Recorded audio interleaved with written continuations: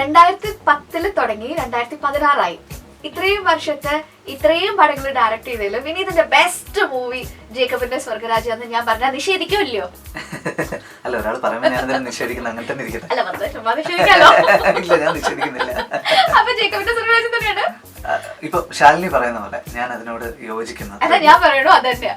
Thank you. സ്വന്തമായിട്ട് direct ചെയ്താ ഏത് ഈ പടം?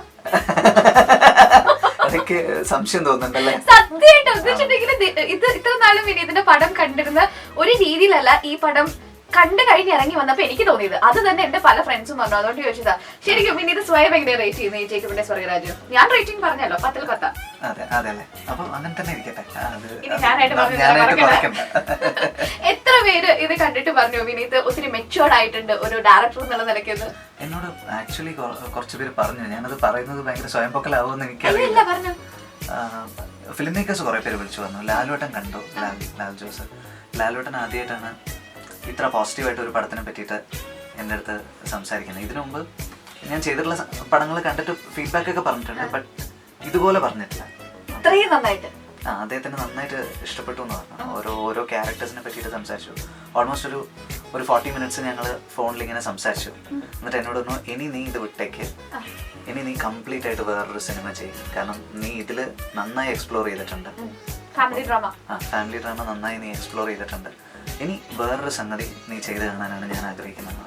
അപ്പോൾ അതൊക്കെ ഭയങ്കര മോട്ടിവേറ്റിംഗ് ആയിരുന്നു.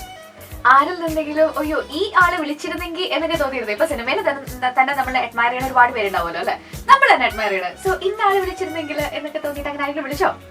അങ്ങനെ ഇപ്പൊ വിളിക്കുന്ന ആൾക്കാർ വിളിക്കുന്നതന്നെ എനിക്ക് സന്തോഷമാണ്. ആരെങ്കിലും വിളിക്കുന്നുണ്ടല്ലോ. ചില സിനിമയൊക്കെ നമ്മൾ ചെയ്ത് കഴിഞ്ഞിട്ട് അങ്ങനെ കാര്യമായ വിളികളൊന്നും ഇല്ലാണ്ടാവുമ്പോൾ പ്രശ്നമാണോ എന്നൊക്കെ നമുക്ക് തോന്നിപ്പോകും. ഇതിന് ഒരുപാട് വിളികൾ ഓൾറെഡി വന്നിട്ടുണ്ട്. So no complaints. ഹായ്, ഞാൻ വിനീത് ശ്രീനിവാസൻ. ഈ വരുന്ന ആഴ്ച റേഡിയോ മാംഗോ സ്പോട്ട്ലൈറ്റിൽ ഞാനും ഉണ്ടാവും ശാലിനിയുടെ കൂടെ. ജേക്കബിന്റെ സ്വർഗരാജ്യം ഒരുപാട് പേര് കണ്ടിട്ട് നല്ല അഭിപ്രായം ഞങ്ങളുടെ അടുത്ത് പറഞ്ഞിട്ടുണ്ട്. ഒരുപാട് പേര് ഇനിയും കാണാനുണ്ടെന്നറിയാം. അപ്പോൾ നിങ്ങളെല്ലാവരും തിയേറ്ററിൽ വന്നിട്ട് തന്നെ ഈ സിനിമ കാണണം എന്നുള്ളതാണ് എനിക്ക് പറയാനുള്ളത്. കാരണം തിയേറ്റർ എക്സ്പീരിയൻസ് എന്ന് പറയുന്നത് അത് മാച്ച് ചെയ്യാൻ പറ്റാത്തൊരു എക്സ്പീരിയൻസ് ആണ്. അപ്പോൾ നമ്മുടെ നാട്ടിലിപ്പോൾ നല്ല തിയേറ്റേഴ്സും ഉണ്ട്, നല്ല പാർക്കിംഗ് ഉണ്ട്, നല്ല സൗണ്ട് ഉണ്ട്. അതുകൊണ്ട് ടി വിയിലേക്ക് പടം വരാൻ വേണ്ടി വെയിറ്റ് ചെയ്യാതെ എല്ലാവരും തിയേറ്ററിൽ വന്ന് കാണാൻ നിങ്ങൾക്കൊരു നല്ല എക്സ്പീരിയൻസ് ആയിരിക്കും എന്ന് ഞങ്ങൾക്ക് കിട്ടുന്ന ഫീഡ്ബാക്ക് എന്ന് എനിക്ക് പറയാൻ പറ്റും. സോ ഈ വിഷുക്കാലം നന്നായിട്ട് എൻജോയ് ചെയ്യാം. ഞങ്ങളുടെ സിനിമ തിയേറ്ററിൽ വന്ന് കാണാം.